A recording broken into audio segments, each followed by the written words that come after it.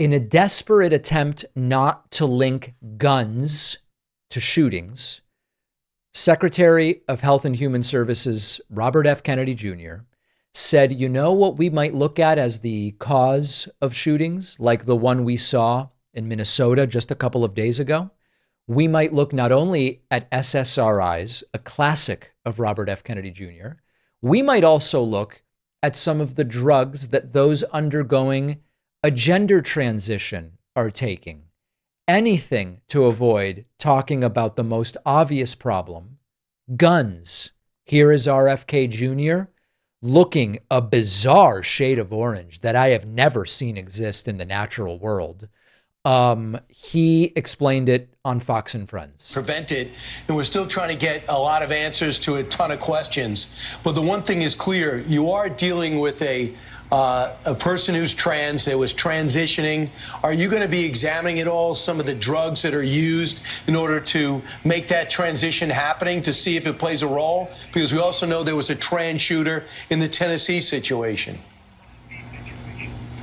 Yeah, we are doing those kind of studies now at NIH. We're launching studies on the potential contribution of some of the SSRI drugs and some of the other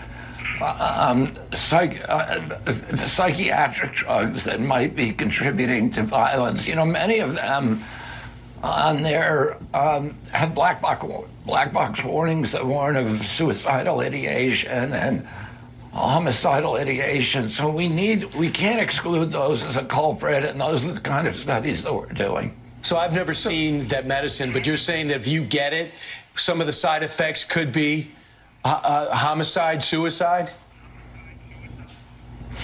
Well, there are black box warnings on some of these psychiatric drugs that warn about, in their clinical trials, that they saw suicidal and homicidal ideation.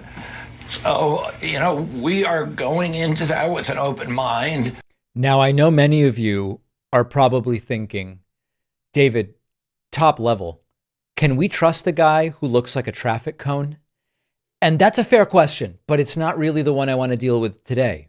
What I want to deal with is, do we have any evidence that SSRIs or other psychiatric medications or so-called transgender transition drugs might play a role in leading people to commit acts of violence?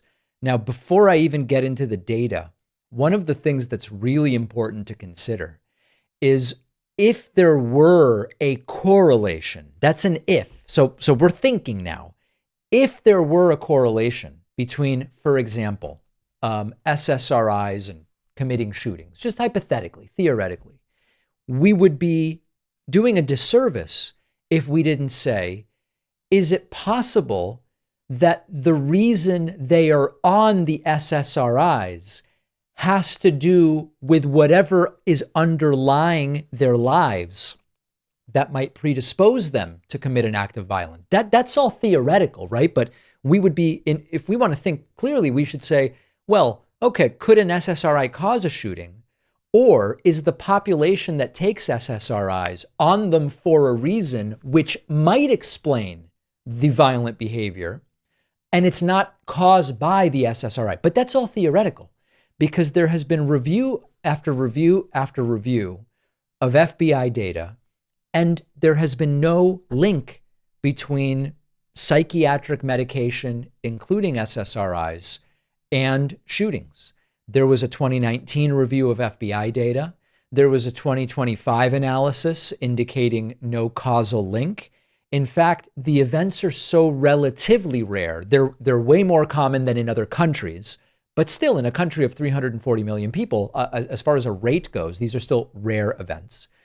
There was a 2020 large-scale study which found a small statistical association between SSRI use and violent crime among adolescents, but it found no causality. It found a correlation.